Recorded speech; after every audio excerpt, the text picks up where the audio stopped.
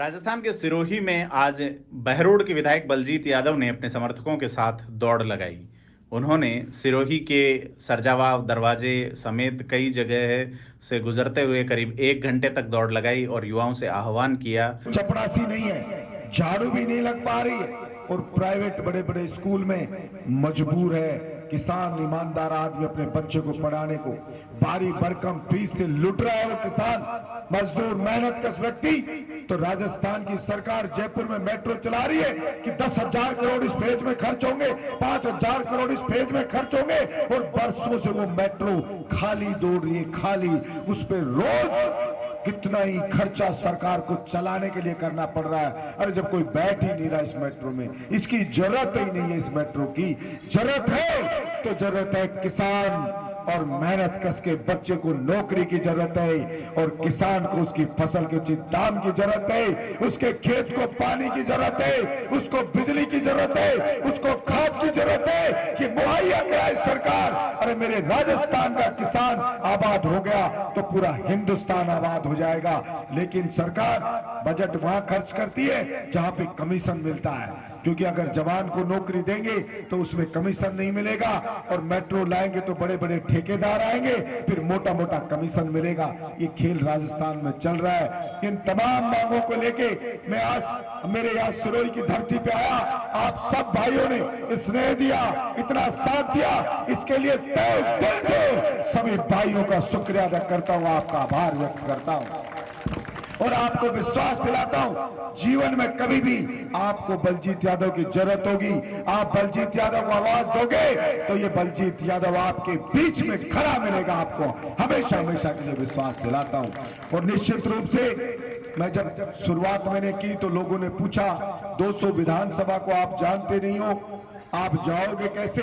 और रियल में मैं मेरे जीवन में पहली बार सिरोही की धरती पे आया हूं, फिर भी आपने इतना स्नेह दिया, इतना आपने अटैचमेंट दिखाया। ये चीजें सरकार तक जाती हैं और मैं सरकार को बताना चाहता हूं, ये मेरे भाइयों का प्रेम ये बताता है कि ये मांग केवल अकेले बलजीत यादव की नहीं है, ये राजस्थान के 36 कौम के युवाओं की मांग है, राजस्थान की 8 करोड़ जनता की मांग है और राजस्थान की 8 करोड़ जनता की मांग को कोई भी सरकार अनदेखा नहीं कर सकती और जो अनदेखा करेगी उसको कीमत चुकानी पड़ेगी। इसलिए मैं आप सब से इतना ही कह सकता हूं कि भाई जब जब भी जवान का पसीना सड़कों पे टपका है तब तब क्रांति का जन्म हुआ है और सरकार ने हमारी मांगे नहीं मानी तो राजस्थान में भी क्रांति का जन्म होगा। ये निश्चित रूप से सुन ले सरकार। कहीं भी मैं जा रहा हूं सभी जगह हमारे युवा साथियों का सहयोग मिल रहा है, प्रेम मिल रहा है। मैंने तो कहा था मैं अकेला दौड़ूंगा, फिर भी इतनी संख्या में युवा साथी दौड़ रहे हैं, ये इस बात का संकेत दे रही है कि जनता जागरूक हो रही है। और मैं कह के आया था विधानसभा में कि आप कम्बल ओढ़ के घी पी रहे हो, कम्बल समझते हो? कम्बल ओढ़ के कि कोई देख ना ले कि घी पी रहे हो। मैं कहा नेता लोगों आप कम्बल ओढ़ के घी पी रहे हो, मैं जाऊंगा और आपका कम्बल उगाड़ के जनता को बता के आऊंगा घी पी रहे हैं नेता लोग और हम भूखे मर रहे हैं। विधानसभा में जाओ तो वहां पे 36 तरह के व्यंजन मिलते हैं और एमएलए 5-5 बार दिन में जीमते हैं। बजट सत्र चालू होता है तब एमएलए का वजन किसी का भी तोल लेना, बजट सत्र खत्म होगा 5-5 किलो बढ़ा के वजन आते पड़ के आते मेरा धनी, माल चाटते वहां जम के। कोई चिकन खा रहा है, कोई मटन खा रहा है और कोई कहता खड़ा मसाले का चिकन खाऊंगा, कोई कहता मटन ऐसा खाऊंगा और माल पाड़ रहे मलाई चाट रहे सारे के सारे एमएलए वहां पे। मैंने कहा मैं जाके सबको बता के आऊंगा कि जवानों की मांग नहीं उठा रहे हो, मलाई खा रहे हो। यहाँ पे जाके जनता को बता के आऊंगा, जनता को जागरूक करके आऊंगा।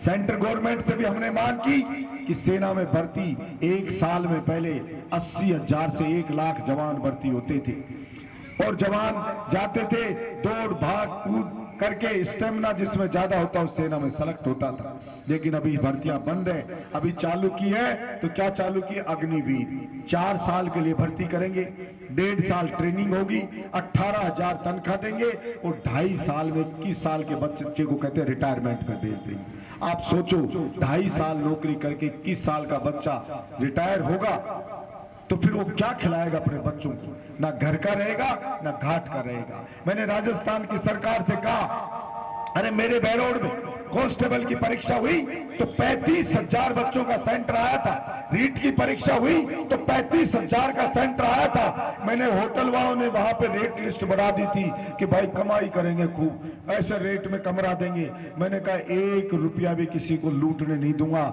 सबके लिए मैंने एयर कंडीशनर में 35,000 की व्यवस्था करी सारे युवा साथियों की। तो मैं सुबह हमने एक अस्थायी बस स्टैंड बनाया कि वो सबको कोचिंग सेंटर का जो सेंटर था वहां तक, एग्जाम का सेंटर वहां तक छोड़ेंगी। मैं वहां पे सुबह बेस्ट ऑफ लक बोलने गया तो सभी युवा इतने खुश थे और सब ने कहा हमने खूब मेहनत करी है और एग्जाम देने जा रहे हैं, अच्छा होगा। और जब वो वापस आए तो मुंह लटके हुए थे, रोते हुए बहुत से आए कि भाई साहब तैयारी तो कांस्टेबल की करी थी लेकिन पेपर आईएएस का जैसा दे दिया, इसको सोल्व कैसे करें? जो सिलेबस में पढ़ा वो है ही नहीं इसके अंदर। मैंने राजस्थान की सरकार से कहा, मैंने मुख्यमंत्री से कहा, अरे सिपाही बहादुर होना चाहिए, उसमें स्टेमिना होना चाहिए, उसको दौड़ा के देखो, उसकी ऊंची कूद कराओ, उसकी लंबी कूद कराओ, बलिष्ठ होगा, बहादुर होगा तो गुंडे से लड़ेगा, गुंडे को कंट्रोल करेगा। लेकिन आपने ऐसा पर्चा दे दिया, अरे कोई सिरोही का, कोई गांव का किसान का बच्चा, वो कहां से इसको सोल्व करेगा? सोल्व कौन करेगा? मैं भीनमाल में गया तो मुझे वहां पे बताया, मैं सांचौर में गया कि भाई साहब खूब मेहनत करी थी, हमारा सिलेक्शन नहीं हुआ।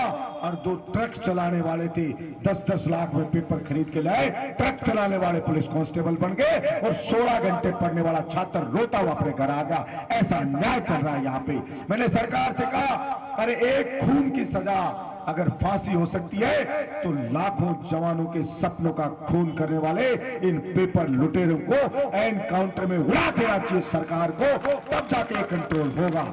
लेकिन सब लोगों को फुर्सत नहीं है, किसी को फुर्सत नहीं है कि जवान के दर्द को महसूस करे। मैंने कहा विधानसभा में, अरे जवान के टूटे हुए सपने की सिसकी को महसूस करे सरकार। अरे रीट की परीक्षा है, 5 साल से तो देता आ रहा है जवान, और अभी पेपर दिया तो मैथ का, साइंस का इतना टफ पेपर दे दिया कि रोते हुए बेचारे आ रहे हैं। कभी एग्जाम होता है तो 15 क्वेश्चन गलत होते हैं, कभी एग्जाम होता है आंसर की जारी कर देते हैं, फिर 20 उत्तर गलत होते हैं, फिर कहते हैं डिलीट कर दो। अरे क्या मस्ती मजाक चल रहा है जवान के कैरियर के साथ कि पेपर बनाने वाला पेपर नहीं बना सकता सही, आंसर की जारी करने वाला उत्तर नहीं बता सकता सही, और जवान बेचारा डिप्रेशन में आता जा रहा है। कोई भर्ती पूरी नहीं हो रही, बस एग्जाम दिए जा रहा है, दिए जा रहा है, दिए जा रहा है। कंप्यूटर निर्देशक का हुआ, इतना टफ दिया, 10,000 वैकेंसी थी, मिनिमम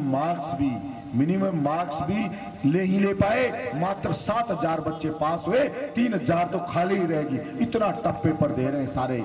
यही पीटीआई का हुआ तो उसके अंदर 25-30% सेलेक्ट हो पाए, पास ही नहीं हो पाए, और बेचारे टीएसपी के उनके साथ और बुरी गत हुई। मैंने सरकार से कहा कि ये टीचर लगे हुए हैं या नॉन टीएसपी के, इनको अपने एरिया में भेजो और टीएसपी में जगह खाली करके यहाँ के लोकल बच्चों से उन सीटों को भरो, ताकि टीचर अगर डिप्रेशन में नहीं होगा तो पढ़ाएगा बच्चों को। इनके लिए अलग से वैकेंसी निकालो आप। इंटर डिस्कॉम वालों के ये ट्रांसफर रोक रखे, 20-20 साल से पढ़े। हिंदुस्तान में कानून सबके लिए बराबर है, अगर एक व्यक्ति को सुविधा मिलती है तो दूसरे को भी अधिकार है। तो ये डिस्कॉम वालों को भी अपने बच्चों का मुंह देखने का अधिकार है। मैं पीछे गया था रेवदर, एक ने कहा भाई साहब साल में एक बार जाना हुआ, अब की बार गया तो छोटा बच्चा था, बोल मम्मी अंकल कौन है? बोले बेटा तेरे पापा ही हैं। बोले बेटा ही भूल गए, 1 साल में छोटा बच्चा था, अंकल अंकल बोलने लगा। ऐसी बुरी स्थिति हो रही है। इसलिए राजस्थान की सरकार इनके दर्द को भी फील करे। अरे भगवान राम को भी 14 साल का वनवास मिला था, इनका वनवास है कि खत्म होने का नाम नहीं ले रहा। 20-20 साल से 25 से बैठे हैं और टीएसपी के बच्चे इंतजार कर रहे हैं कि हम भी नौकरी लग जाए तो हमें भी मिल जाए। तो सरकार व्यवस्था करे, 5 लाख भर्ती निकाले। इस बार बजट पेश किया, एक भी भर्ती नहीं निकाली सरकार ने, एक भी। लेकिन सड़कों पे जवान दौड़े तो सरकार के कान खड़े हुए कि ये बलजीत यादव अकेला जा रहा है, पहली बार जीवन में फिर भी दौड़ रहे हैं। इसका मतलब कहीं ऐसा नहीं हो आक्रोश बढ़ जाए ज्यादा, तो रिप्लाई में मुख्यमंत्री ने कहा 1 लाख भर्ती की घोषणा करता हूं, वरना मेन बजट में नहीं की, रिप्लाई में 1 लाख की घोषणा की है। हमने कहा इसके लिए भी हमें डेट दो, केवल घोषणा से नहीं चलेगा, आप बताओ कौन सी भर्ती की परीक्षा कब होगी, कब रिजल्ट आएगा और कब उस सफल अभ्यर्थी को ज्वाइनिंग मिलेगी, सरकार इसकी बताए।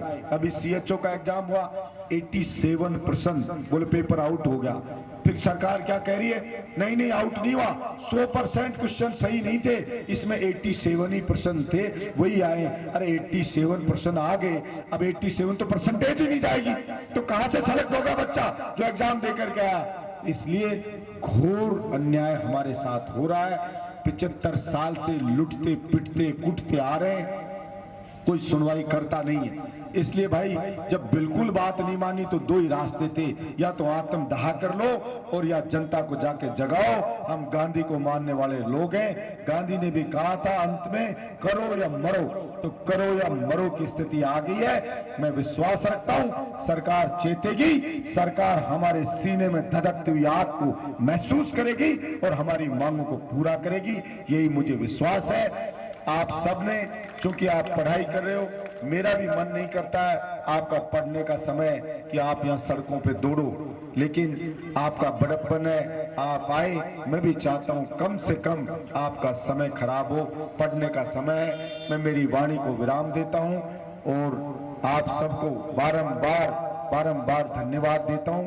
आप सब ने जो मेरे मनोबल को बढ़ाया उसके लिए बहुत बहुत धन्यवाद। हमेशा मुझे याद रहेगा आपका सहयोग। मेरे लायक कोई भी काम हो, जयपुर आओ, अधिकार से मेरे पास आना। आपका भाई एमएलए है, कोई भी काम हो मुझे अधिकार से आप बताना, यही मैं आपको कह के जा रहा हूं। आपका कोई परीक्षा में सेंटर भी उधर आए तो ये सोचना हमारा भाई वहां पे है, हमारे भाई का घर वहां पे है, अधिकार से मेरे पास आना। मुझे भी खुशी होगी कोई सिरोही से मेरे भाई मेरे पास में आए। पुनः धन्यवाद। जय हिंद, जय राजस्थान। अब दौड़ेंगे तो मेरे ख्याल से दौड़ लोगे, स्टेमिना है जवानों में, दौड़ लोगे आप? नहीं यार झिझक रहे हो, हाथ खड़े नहीं करे, कौन कौन दौड़ेगा? कौन कि अपनी मांगों को लेकर लगातार संघर्ष करें। आपको बता दें बलजीत यादव राजस्थान की विधानसभा में भी युवाओं की मांगों को लेकर संघर्षरत रहे हैं। वो जयपुर के बड़े सर्कल पर भी दौड़ लगा चुके हैं, जिसे स्टैचू सर्कल के नाम से जाना जाता है। यही नहीं, वो राजस्थान की सभी जिलों में जाकर इस तरह दौड़ लगाकर युवाओं को सरकार के खिलाफ लामबंद होने के लिए जागरूक कर रहे हैं।